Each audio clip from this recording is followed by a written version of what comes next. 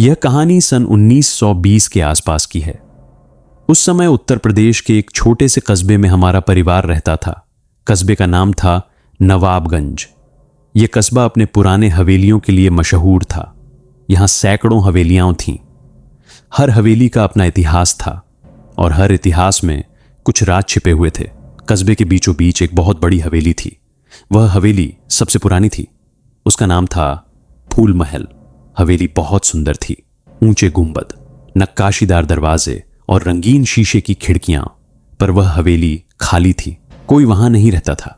कस्बे के लोग कहते थे, वह हवेली शापित है, उसमें मालकिन की आत्मा रहती है, वह किसी को वहां रहने नहीं देती। हम बच्चे इन बातों पर यकीन नहीं करते थे। हम तो हवेली के बाहर खेलते थे और उसकी ऊंची दीवारों की तरफ देखकर कल्पनाएं करते। एक दिन कस्बे में एक नया परिवार आया। वह परिवार दिल्ली से आया था। उनके पास एक बेटी थी जिसका नाम था विद्या। विद्या उस समय 22 साल की थी। वह बहुत खुशमिजाज लड़की थी। उसकी आंखों में एक अजीब सी चमक थी। विद्या को पुरानी इमारतों से बहुत प्यार था। वह रोज शाम को कस्बे में टहलती और हवेलियां देखती रहती। एक दिन उसने फूल महल देखा और पूछा, यह हवेली किसकी है? कस्बे के लोगों ने कहा, यह हवेली किसी की नहीं है, यह शापित है। विद्या ने पूछा, क्यों? लोगों ने कहा, क्योंकि इस हवेली की मालकिन अब भी यहां रहती है, वह किसी को वहां रहने नहीं देती। विद्या हंसती। उसने कहा, यह सब अंधविश्वास है। हवेली तो बहुत सुंदर है। उसने फैसला किया कि वह हवेली के अंदर जाएगी। उसके माता पिता ने मना किया, पर विद्या नहीं मानी। उसने कहा, मैं दिन में जाऊंगी और देख कर आऊंगी। अगली सुबह विद्या तैयार हो गई। वह हवेली के पास गई। दरवाजा बंद था, पर एक खिड़की टूटी हुई थी। विद्या ने खिड़की से अंदर झांका। अंदर बहुत अंधेरा था। उसने खिड़की तोड़ दी और अंदर चली गई। विद्या ने हवेली के अंदर देखा। हवेली बहुत विशाल थी। कमरे बहुत बड़े थे। दीवारों पर पुरानी पेंटिंग लगी हुई थी और फर्श पर महीन कालीन बिछे हुए थे। सब कुछ बहुत सुंदर था, पर सब कुछ धूल से ढका हुआ था, जैसे बहुत साल से कोई वहां ना आया हो। विद्या आगे बढ़ती गई। वह एक बड़े हॉल में पहुंची। हॉल के बीच में एक बहुत बड़ा आईना था। वह आईना चांदी की फ्रेम में जड़ा हुआ था और उस पर बहुत सुंदर नक्काशी की हुई थी। विद्या ने आईने में अपनी परछाई देखी। तभी उसने देखा, आईने में उसकी परछाई के साथ एक और परछाई है। एक औरत की परछाई। वह विद्या के पीछे खड़ी है। विद्या डर के मारे पलटी, पर पीछे कोई नहीं था। फिर उसने आईने में देखा। वह औरत अब भी वहीं खड़ी थी। वह मुस्कुरा रही थी। विद्या ने आवाज लगाई, कोई है?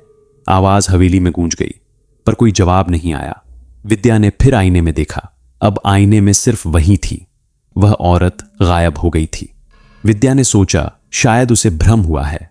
वह आगे बढ़ी। वह एक बेडरूम में पहुंची। बेडरूम में एक बड़ा पलंग था।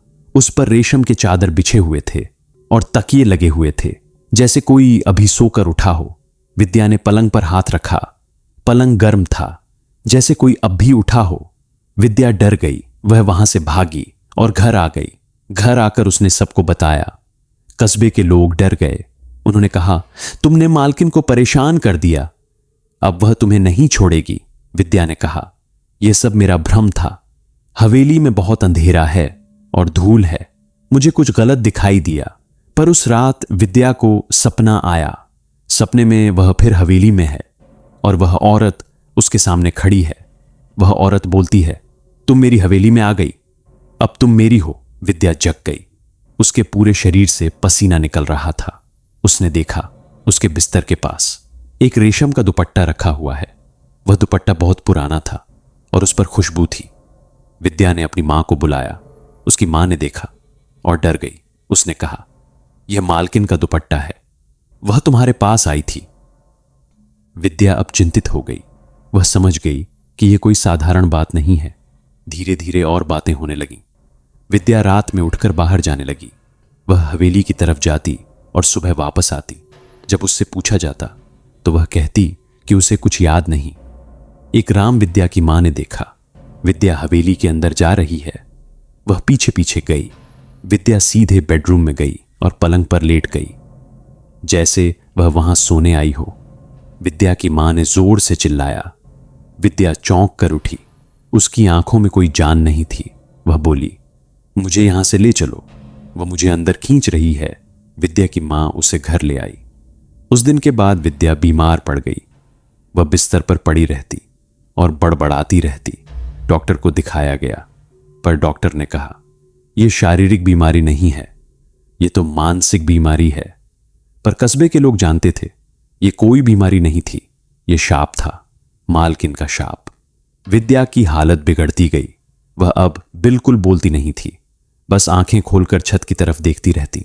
कस्बे के सबसे बुजुर्ग व्यक्ति ने फैसला किया, वह सच्चाई बताएंगे। उन्होंने सबको बुलाया और कहानी शुरू की। यह बात सन 1800 के आसपास की है। उस समय इस हवेली के मालिक थे नवाब साहब।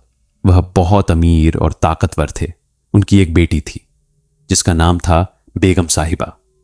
बेगम साहिबा बहुत सुंदर थी और बहुत दयालु भी। वह गरीब लोगों की मदद करती और बीमारों की सेवा करती। बेगम साहिबा को एक गरीब कवि से प्यार हो गया। उस कवि का नाम था फिराक। फिराक बहुत सीधा और मेहनती था, पर नवाब साहब को यह बात पसंद नहीं आई। उन्होंने बेगम साहिबा को समझाया, पर बेगम साहिबा नहीं मानी। नवाब साहब ने गुस्से में फिराक को बुलाया और उसे डराया धमकाया। फिराक ने बेगम साहिबा से दूरी बना ली। बेगम साहिबा बहुत दुखी हुई। वह रोज हवेली के आंगन में बैठकर रोती। एक दिन नवाब साहब ने फैसला किया, वह बेगम साहिबा की शादी एक बूढ़े नवाब से कर देंगे। बेगम साहिबा ने विरोध किया, पर नवाब ने उसकी एक न सुनी। शादी की तैयारियां शुरू हो गईं। उसी समय फिराक बीमार पड़ गया। बेगम साहिबा ने उसकी सेवा करनी चाहिए, पर नवाब ने उसे हवेली से बाहर निकलने नहीं दिया। कुछ दिन बाद फिराक मर गया। जब बेगम साहिबा को यह खबर मिली तो वह टूट गई। शादी वाले दिन बेगम साहिबा ने फैसला किया, वह जिंदा नहीं रहेगी। वह हवेली की उसी आईने के सामने खड़ी हो गई और उसने जहर पी लिया। वह आईने के सामने ही गिर पड़ी और मर गई। बुजुर्ग रुके, फिर बोले, बेगम साहिबा की मौत के बाद उसकी आत्मा शांत नहीं हुई, क्योंकि उसका प्रेम अधूरा रह गया था और उसके साथ अन्याय हुआ था। बेगम साहिबा की आत्मा उसी हवेली में रह गई। वह उसी हवेली की मालकिन बन गई। और जब कोई सुंदर लड़की उस हवेली में आती है तो बेगम साहिबा को लगता है कि वह उसकी जगह ले रही है, या शायद वह चाहती है कि कोई उसकी कहानी जाने और उसके दुख को समझे। विद्या के पिता ने पूछा, पर हम क्या करें? बुजुर्ग ने कहा, हमें बेगम साहिबा की आत्मा से बात करनी होगी और उसे समझाना होगा कि विद्या उसकी जगह नहीं लेना चाहती। पर सवाल यह था, कैसे बात करें एक ऐसी आत्मा से जो 100 साल से दुख में डूबी हुई है। कस्बे के बुजुर्गों ने एक तांत्रिक को बुलाया। तांत्रिक ने हवेली देखी और कहा, यह आत्मा बहुत दुखी है, उसे पता ही नहीं कि वह मर चुकी है, हमें उसे समझाना होगा। तांत्रिक ने हवेली में एक यज्ञ का आयोजन किया। रात का समय चुना गया। चांदनी रात थी। सब लोग इकट्ठे हुए। तांत्रिक ने मंत्र पढ़ना शुरू किया। तभी आईना हिलने लगा और एक आवाज आई, रोने की आवाज। तांत्रिक ने कहा, बेगम साहिबा, हम तुम्हारी कहानी जानते हैं, हम तुम्हारे दुख को समझते हैं, पर तुम्हें इस लड़की को जाने देना चाहिए। वह तुम्हारी नहीं है। आईने से आवाज आई, पर वह मेरी हवेली में आ गई, अब वह मेरी है। तांत्रिक ने कहा, नहीं बेगम साहिबा, यह हवेली अब तुम्हारी नहीं है। तुम तो 100 साल पहले मर चुकी हो। कुछ देर खामोशी रही, फिर आवाज आई, तो मैं कहां जाऊं? तांत्रिक ने कहा, तुम्हारे प्रेमी फिराक का इंतजार कर रहा है, तुम्हें उसके पास जाना चाहिए। बेगम साहिबा रोने लगी, पर मैं कैसे जाऊं? मैं तो इस हवेली में फंसी हुई हूं। तांत्रिक ने कहा, हम तुम्हें मुक्त कर देंगे, पर तुम्हें वादा करना होगा कि तुम विद्या को छोड़ दोगी। बेगम साहिबा ने कहा, ठीक है, मैं वादा करती हूं। तांत्रिक ने एक विशेष मंत्र पढ़ा और आईने पर कुछ लिखा। आईने से एक चमक निकली और फिर सब कुछ शांत हो गया। अगले दिन विद्या ठीक होने लगी। वह धीरे धीरे बोलने लगी, खाने लगी, पर वह पहले जैसी नहीं रही।